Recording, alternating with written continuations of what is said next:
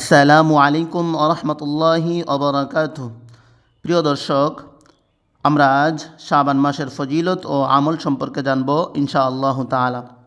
তবে এর আগে আমি আপনাদের নিকট দোয়া প্রার্থী, আমার জন্য সকলেই দোয়া করবেন। প্রিয় বন্ধুরা, পবিত্র শাবানকে হাদিসের মধ্যে শাবানুল মুআজ্জম বলা হয়েছে।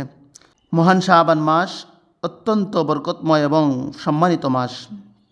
শাবান মাস এমন একটি মাস যে মাসে বান্দার সারা বছরের আমলের হিসাব জমা নেওয়া হয়। এ মাসে রাসূল করিম সাল্লাল্লাহু আলাইহি ওয়াসাল্লাম সবচেয়ে বেশি নফল রোজা রাখতেন। রমজানের পরে বছরে 2 মাসে বেশি নফল রোজা রাখতে হয়। একটা হলো মুহররম মাস, আর একটা হলো শাবান মাস।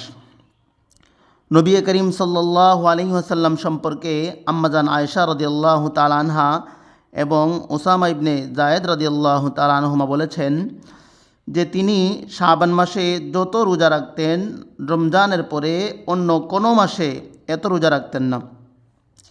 আম্মাজান আয়েশা রাদিয়াল্লাহু তাআলা আনহা আরও বলেছেন, কানা ইয়াসুমু শাবানা ইল্লা কলিলা। নবী করিম সাল্লাল্লাহু আলাইহি ওয়াসাল্লাম পুরা শাবান মাস রোজা রাখতেন কয়েকটা দিন বাদে। অর্থাৎ রাসূল করিম সাল্লাল্লাহু আলাইহি ওয়াসাল্লাম শাবান মাসের শেষের দিকে কয়েকদিন রোজা রাখতেন না।